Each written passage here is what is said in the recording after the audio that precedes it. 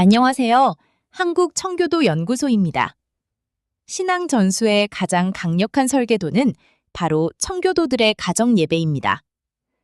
오늘날 많은 사람들에게 가정 예배는 바쁜 일상 속에서 억지로 해치워야 할 또 하나의 숙제나 추상적인 종교적 의무로 여겨지곤 합니다.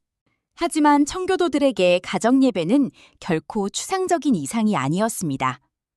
그것은 한 시대의 신앙과 교회를 굳건하게 떠받치고 다음 세대의 영혼 깊은 곳에 뿌리를 내리게 한 살아있는 실천이자 구체적인 중심축이었습니다.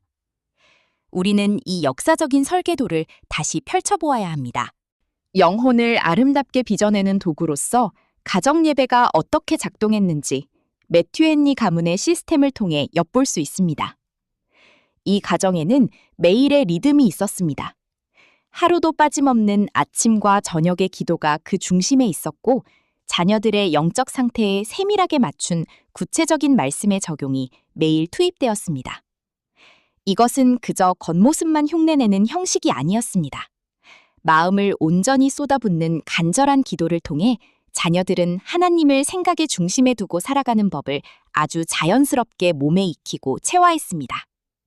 우리가 잘 아는 매튜 헨리의 위대한 성경 주석은 어느 날 갑자기 하늘에서 떨어진 개인의 천재성이 만들어낸 결과물이 아닙니다. 그것은 아주 어려서부터 가정이라는 공간에서 지속적으로 말씀과 기도 속에 잠겨 형성된 굳건한 신앙 시스템이 맺은 역사적인 열매인 것입니다.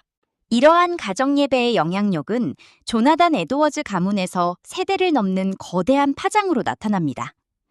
이 가정의 특징은 숨막히는 엄격한 규율이 아니라 자녀와 부모가 함께 나누는 말씀과 기도의 리듬이 일상화되었다는 점입니다.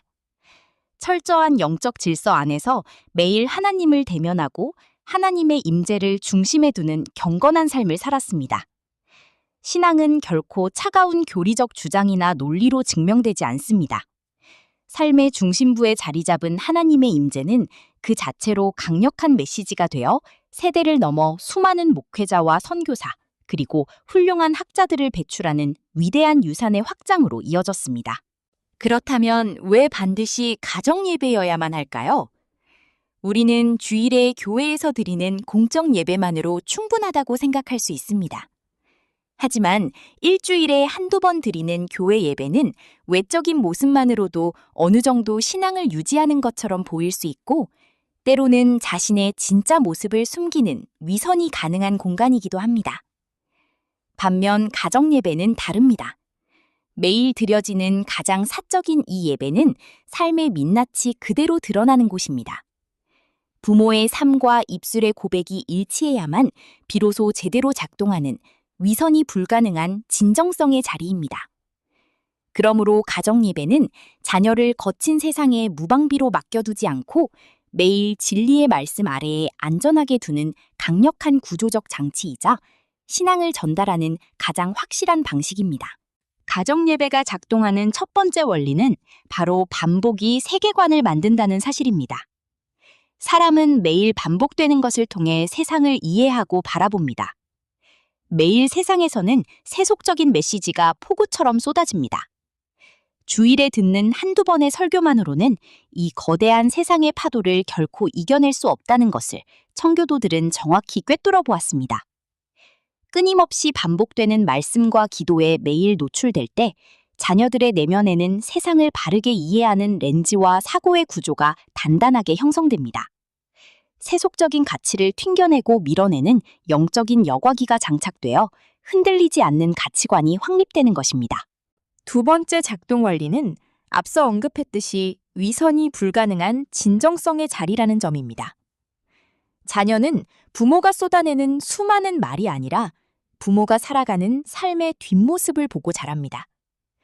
부모가 진심으로 하나님을 두려워하고 경외하며 무릎 꿇고 기도하는 그 진실한 모습이야말로 세상의 그 어떤 훌륭하고 화려한 설교보다 강력하게 영혼을 때리는 교육입니다. 반대로 형식적이고 생명력이 전혀 없는 껍데기뿐인 가정예배는 오히려 자녀들의 마음에 신앙에 대한 깊은 반감과 염증을 심어줄 뿐입니다. 청교도들이 가정예배를 강조할 때 반드시 진실한 경건이 동반되어야 한다고 그토록 외친 이유가 바로 여기에 있습니다.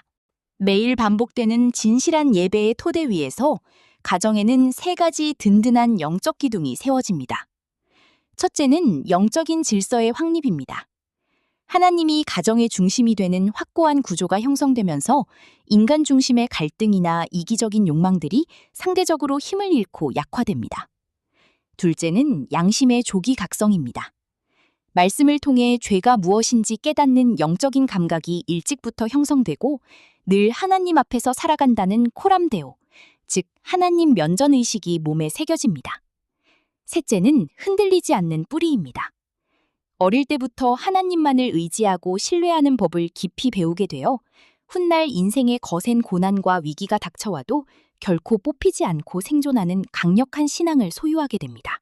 하지만 아름다운 신앙의 전수라는 이 영광스럽고 눈에 보이는 열매 아래에는 결코 타협할 수 없는 엄청난 희생과 숨겨진 비용이 존재합니다. 바쁘고 피곤한 일상 속에서도 예배를 위한 시간을 철저하게 구별하여 떼어놓아야 합니다. 가정의 영적 리더인 가장은 말씀을 전하고 기도하기 위해 뼈를 깎는 듯한 영적인 준비를 감당해야 합니다. 또한 가족 모두가 하나님 앞에서 지속적인 영적 긴장감을 유지해야만 합니다. 이처럼 가정 예배는 그저 해보면 좋은 여러 방법 중 하나가 아니라 삶의 우선순위를 바꾸는 엄청난 결단을 요구합니다. 청교도들은 이렇게 단호하게 경고합니다. 가정 예배를 포기하는 것은 곧 당신의 사랑하는 자녀의 영혼을 절벽으로 내몰고 방치하는 것과 같다고 말입니다. 결론적으로 신앙은 핏줄을 타고 저절로 유전되지 않습니다. 아무런 노력이나 의도적인 반복 과정이 없다면 신앙은 반드시 자연스럽게 쇠퇴하고 결국 사라져버리고 맙니다.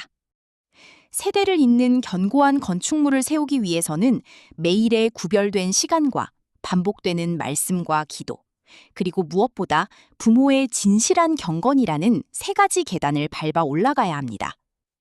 교회가 아무리 화려하고 좋은 교육 프로그램을 많이 가지고 있다고 하더라도 신앙의 가장 근본적인 토대인 가정이 무너진다면 그 효과는 극히 제한적일 수밖에 없습니다.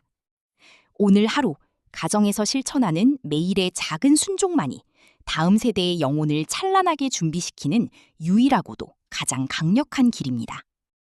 더 많은 자료가 궁금하시다면 한국청교도연구소 웹사이트에서 만나보실 수 있습니다.